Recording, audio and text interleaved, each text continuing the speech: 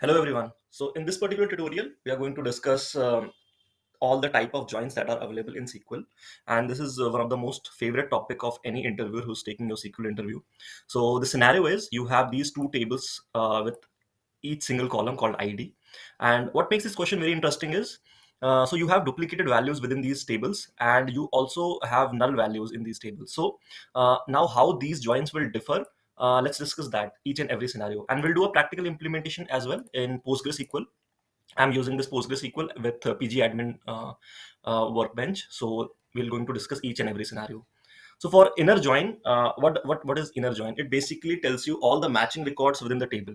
So this one will be joined to this one. Is there any other one? No. So this two will again join with this two. Any other two? Yes, we have one more two. So it will be joined to this. This three will be joined to this three, and this three as well. This four will be joined to this four. And remember, guys, this null will be treated as null. It is not a value. So this null will never be going to join with this null or this null. So how many total number of joins? 1, 2, 3, 4, 5, and 6. So inner join will give us total number of 6 records. So we'll write 6 in this case, right? And I'll just erase these joins. Cool. So let's come to the left join. Oh, before going jumping into left join, I'll show you the practical implementation. And because in the interviewer, you are not expected to run any query. You only have to look at these tables and then tell the results. But just for the validation purpose, I'm going to run these queries in front of you so that you get an idea how that inner join works at the back end. So I've already imported these two tables, table A and table B. I can show you that table A and table B. If I run this, so I have 1, 2, 3, 4 and null, and then table B, the same records, the same number of entries, 1, 2, 3, 2, null, null, 3, 4, 5. So let's get to the inner join. So if I run it, so you can simply see we have total number of 6 records. All the matching records are there. Cool. So let's get into the left join part now. So what is left join? It basically tells you all the inner join entries. So if I write it here or here, it means all the entries from inner join plus all entries from left table. So it will just sum it up. So what was the result of inner join? So that was 6, just 6 plus all the entries from left hand side of the table. So if we keep, let's say, select star from table A, left join table B, then table A becomes our left table. So how many entries are there in the left table? So all 1 was joined, 2 was joined, 3 was joined, and 4 was joined. So none of the entry was left. Only there was one more entry called null. So as I told you, null do not join with someone, but as it was present in my left table, so it will be treated as a part of my left table. So how many entries are left? 1. So I'll do 6 plus 1, which is 7. Cool. So let's also execute this left join and you'll see the result. See, all the matching records, then this null from the left table will join with the, so it's not joined with anything else. It's just show the left side of the entry. And if there is no matching record on the right side of the table, it will just simply put a null. So that's our left join. So next, we'll move to the right hand side of the join. So it's simply, it's exactly the same. It's not different from left join. Just a second. So the only change it will do is inner join plus all the entries from the right join. So inner join result was 6, which is 6 plus. Now how many entries are apart from your matching records in the right table? So 1 is already joined, 2 is already joined, 3 is already joined, 2 is already joined, 3, 4. So 5 is another one entry which is there. So I will write 1 as a new entry. And one more thing, these nulls are also a part of right table, so you will have to count them as well. So 6 plus 1 plus 2, that becomes 9 rows. Now what about, okay, before that, let's go and execute this right join. So it tells you, see, number of rows or 9. So all the matching records, then this 5 got joined with nothing, and these nulls got joined with nothing on the left table. So that's why null on this side. Now let's jump into full outer join, or we call it as sometimes outer join, or we call it as full join. Now, full join basically means all the entries of matching records plus all the entries from left table plus all the entries from right table. So if I just do a copy, then sorry, yeah. So right table plus left table.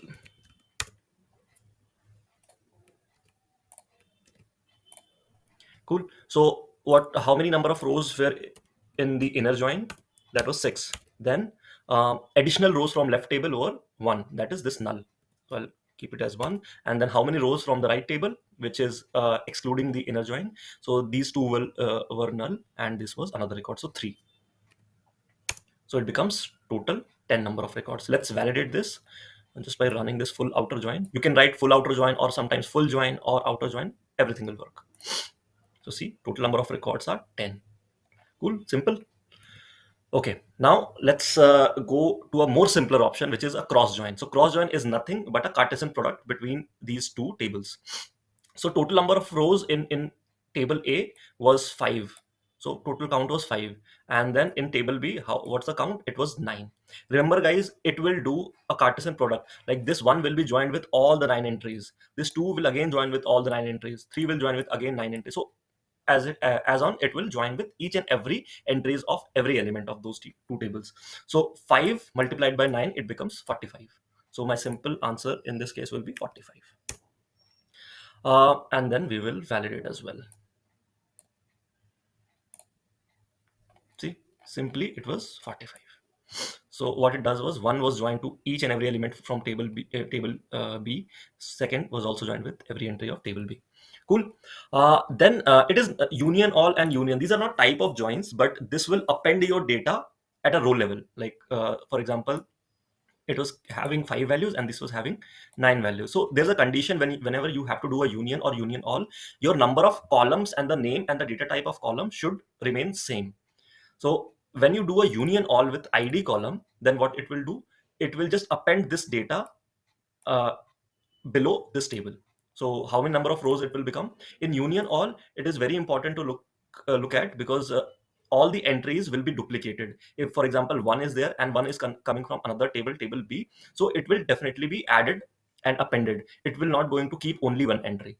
So in union all, it will count all the values from both the tables. So it will become 5 plus 9, which is 14. Then we'll validate this.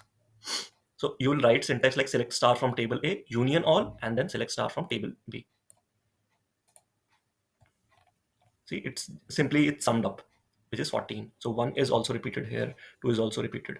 But in case of union, it will only keep your unique entries. It will not, all the entries will be like uniquely kept.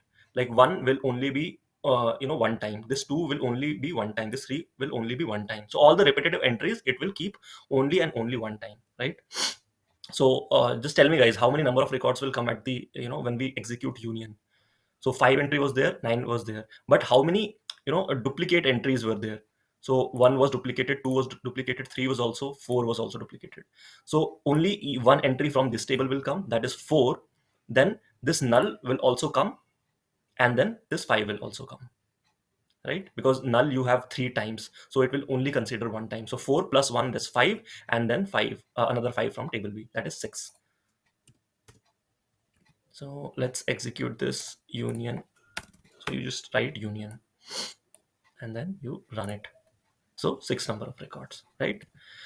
So that's it guys. I think this will help you understand how join works in that scenario whenever you have null values or duplicate values inside your table, right? And this is one of the favorite and the most frequently asked question in the interview. So whenever you have your interview scheduled for SQL, just 80 to 90% of the chances are there they will ask you this question. So just go through it once, understand the concept, like how these joins work, and then without even running these SQL queries on your database, you'll easily tell like what will be the matching records, how the output will differ whenever you have duplicate or null values. So hope you like this video.